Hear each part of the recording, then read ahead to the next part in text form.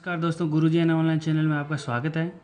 आज का जो टॉपिक है वो है कछवाहा वंश का इतिहास। इस कछवाहा वंश को इतिहास का पढ़ने से पहले मैं आपको बता दूं कि आपने अभी तक इस चैनल को सब्सक्राइब नहीं किया है, लाइक नहीं किया है, सपोर्ट नहीं किया है, तो आप नीचे जाके कमेंट कर सकते हैं, सब्सक्राइब कर सकते हैं। इस चैनल को सब्सक्राइब करना दोस्तों बिल्कुल फ्री है, इसका कोई शुल्क नहीं लगेगा।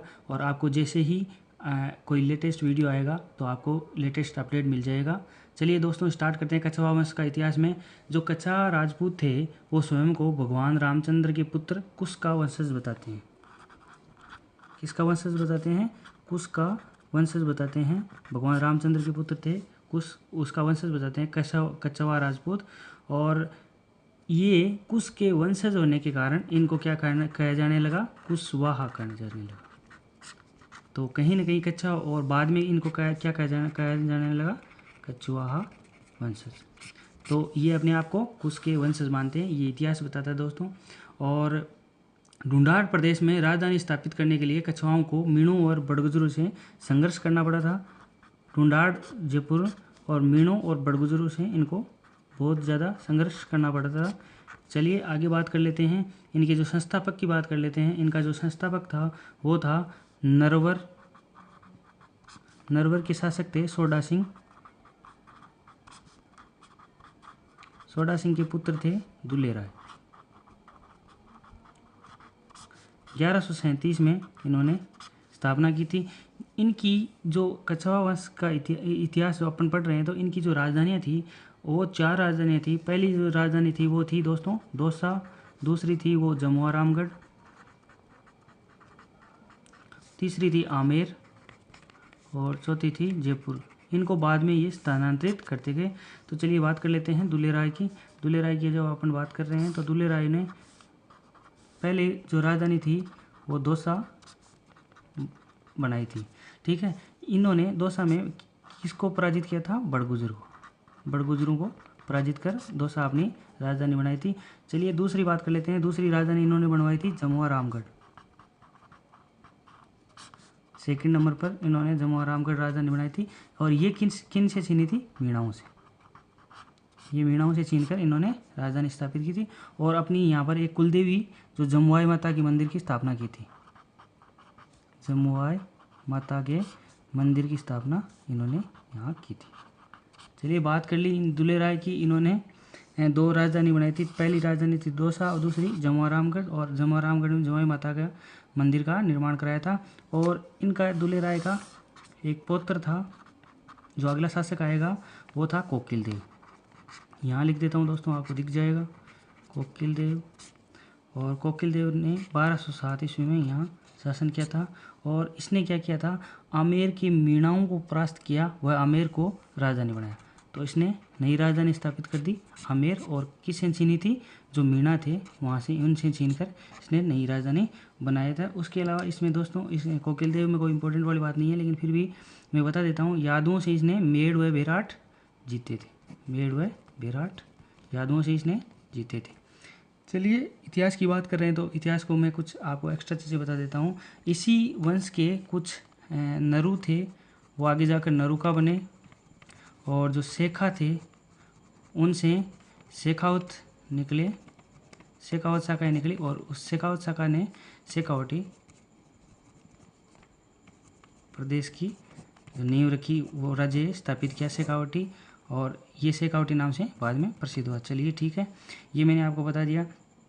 उसके बाद में मैं बात कर लेता हूँ 1237 ईस्वी की बात करता हूँ। एक्स्ट्रा बात है दोस्तों, कोई इंपॉर्टेंट वाली बात नहीं है, लेकिन फिर भी मैं बता देता हूँ। 1237 ईस्वी में जो कछवाहा शासक था राजदेव, ये कछवाहा शासक राजदेव था, इसने क्या किया था? जो कदमी महलों का निर्माण कराया। इन कदमी महलों की खासियत मैं बताऊँगा आपको। कदमी महलों का 1237 में राजदेव ने निर्माण करवाया। कदमी महलों की खासियत थी कि जब इनमें जो छतरियाँ थी, वो जब भी कछवाहा शासकों का राज तिलक होता था तो इन कदमी महल की छतरियों में होता था। तो ये राज तिलक के लिए प्रसिद्ध थी। कछवाहा शासकों के राज तिलक के लिए ये कदमी महल की छतरियाँ प्रसिद्ध थी। चलिए आगे बात कर लेता हूँ दोस्तों। इससे आगे की बात कर लेता हूँ। इनसे आगे जो शासक आए थे, मैं इनके नाम बता दूँ, कुछ इंपॉर्टेंट नहीं है इनमें। पंचन देव आए थे, उसके बाद में मालसी आए थे, उसके बाद में जिल देव आए थे,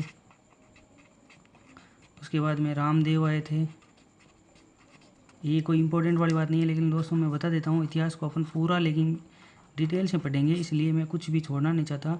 किलन आए थे, उसके बाद में कुंतल आए थे, फिर उदयकरण आए थे, फिर नरसिंह आए थे, फिर उदरण आए थे, और फिर चंद्रसेन हुए, और चंद्रसेन के बाद में जो उत्तराधिकारी हुए थे वो थे पृथ्वीराज। 1527 की बात है, ठीक है। और इनके जो पत्नी का नाम था वो थी बीकानेर की, जो लूणकरण थे बीकानेर के शासक लूणकरण की जो पुत्री थी उसका नाम था बालाबाई, इनकी पत्नी का नाम था। और इनके जो पृथ्वीराज थे ये सांगा की तरफ से खानवा के युद्ध में लड़े थे।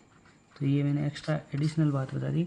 जो खानवा का युद्ध हुआ था उसमें महाराणा सांगा की तरफ से इन्होंने लड़े थे, ठीक है। और पृथ्वीराज के बाद में जो शासक आया वो पूरणमल, इनका जो छोटा पुत्र था।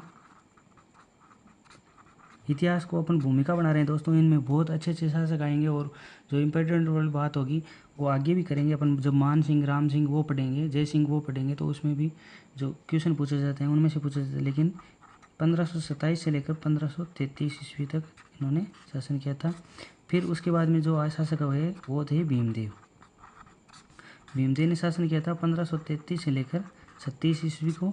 और इसने क्या किया था, भीमदेव ने पूरणमल को हटाया था गद्दी से, और फिर अपन खुद ये शासन इसने खुद किया था। चलिए भीमदेव के बाद में बात कर लेते हैं रतन सिंह ने 1536 से लेकर 1546 ईस्वी तक शासन किया था। इसके शासनकाल में इसके चाचा थे जो सांगा, चाचा का नाम था सांगा, और जिसने क्या बसाया था, सांगानेर बसाया था। चलिए मैंने आपको बता दिया सांगानेर की स्थापना की थी। और इसके जो भाई थे, रतन सिंह का भाई था आस्करण, उसने इसको जहर देकर मारा था। आस्करण ने जहर देकर मारा और खुद वहाँ का शासक बन गया। लेकिन उसके बाद में भारमल हुए थे, भारमल ने जो आस्करण को पदच्युत कर दिया, यानी गद्दी से उतार दिया और खुद शासन कर। तो अपन स्टार्ट करेंगे अब भारमल से। बहुत ही इंपॉर्टेंट शासक है दोस्तों, इसमें से अक्सर क्वेश्चन आते हैं। भारमल से लेकर आगे जो भी शासक होंगे उनमें से क्वेश्चन पूछे जाते हैं, तो आप इसको इम्पोर्टेंट मान के याद रख लीजिए। 1547 से लेकर 1573 ईस्वी तक भारमल का शासन रहा था, और 1547 ईस्वी में ये आमेर की गद्दी पर बैठा था। जनवरी 1562 की बात है दोस्तों। 1562 में अकबर जा रहा था अजमेर की यात्रा, ठीक है। और ये भारमल था, इसकी मदद की थी अकबर से मिलने में चगताई खान ने अकबर से मिलने में चगताई खान ने इसकी मदद की थी। और इन्होंने जो मुलाकात की अकबर से वो थी सांगानेर के निकट इनकी भारमल की और अकबर की मुलाकात हुई थी। और भारमल ने क्या किया था, ये अकबर की अधीनता स्वीकार कर ली, मुगलों की अधीनता स्वीकार कर ली, ठीक है। उसके बाद में जब अकबर अजमेर से वापस लौट रहा था तो सांबर नामक स्थान पर जो भारमल की पुत्री जिसका नाम था हरकूबाई या मानबाई कह दीजिए, वेड्स अकबर, इसने भारमल ने अपनी पुत्री अकबर के साथ ब्याह दी, और उसको वहाँ पर एक दूसरा और नाम था दोस्तों, मरियम उज़मानी, ठीक है। और इन्हीं की जो संतति थी, जिन औलाद थी जिनमें थी, उसका नाम था जहांगीर, जिसको सलीम नाम से भी जानते हैं। ये बात होगी दोस्तों। तो जो बहरमल था वो प्रथम मुगल अधीनता स्वीकार करने वाला शासक बन गया था और उसने वैवाहिक संबंध भी स्थापित कर लिए थे मुगलों के साथ। चलिए उसके बाद में जो बहरमल का अगला जो नेक्स्ट बहरमल के बाद में नेक्स्ट शासक आता है वो बहरमल का पुत्र ही था, उसका नाम था भगवंत दास। भगवंत दास ने 1573 से लेकर 1589 ईस्वी तक शासन किया था और इसको अकबर ने 5000 का मनसब और अमीर उल उमरा की उपाधि दी थी। अमीर उल उमरा की उपाधि दी थी और 5000 का मनसब दिया था। और इसने भगवान दास ने भी अपनी एक पुत्री का नाम था मानबाई का विवाह किसके साथ किया था? वेड्स जहांगीर। इस बार इसने अकबर की बेटी जहांगीर को अपनी पुत्री दी थी और मानबाई का विवाह कर दिया और इससे जो संतान पैदा हुई उसका नाम था खुसरो। तो खुसरो का जो पितृद्रोही व्यवहार था उससे जो नाखुश होकर मानबाई ने आत्महत्या कर ली और 1589 ईस्वी में भगवान दास कह लीजिए एक ही बात है, भगवान दास की मृत्यु हो गई। इसके अलावा दोस्तों जब अपन बात करेंगे जो महाराणा प्रताप की बात करेंगे उसमें अपन बताएंगे कि महाराणा प्रताप को जो दूत भेजे गए थे उसको अकबर की अधीनता स्वीकार करने के लिए, उनमें से एक भगवंत दास भी था। तो ये इसका जो बेटा था भगवंत दास का वो था मान सिंह उसके दूत में पहले 1573 ईस्वी में गया था और उसके बाद में भगवंत दास को भेजा गया था। तो आप इन चीज़ों को मैं आपको जब महाराणा प्रताप पढ़ाऊँगा तभी बताऊँगा, कल मान सिंह पढ़ाऊँगा। नेक्स्ट टॉपिक और अपना जो पार्ट 2 रहेगा उसमें मान सिंह से लेकर जो भी आगे शासक होगा उनकी बात करेंगे। तब तक के लिए दोस्तों धन्यवाद। आपका बहुत बहुत शुक्रिया। और आपको ये वीडियो पसंद आए तो आप नीचे जाकर लाइक कीजिएगा। जो नेक्स्ट पार्ट आएगा उसमें अपन नेक्स्ट शासकों की बात करेंगे। धन्यवाद।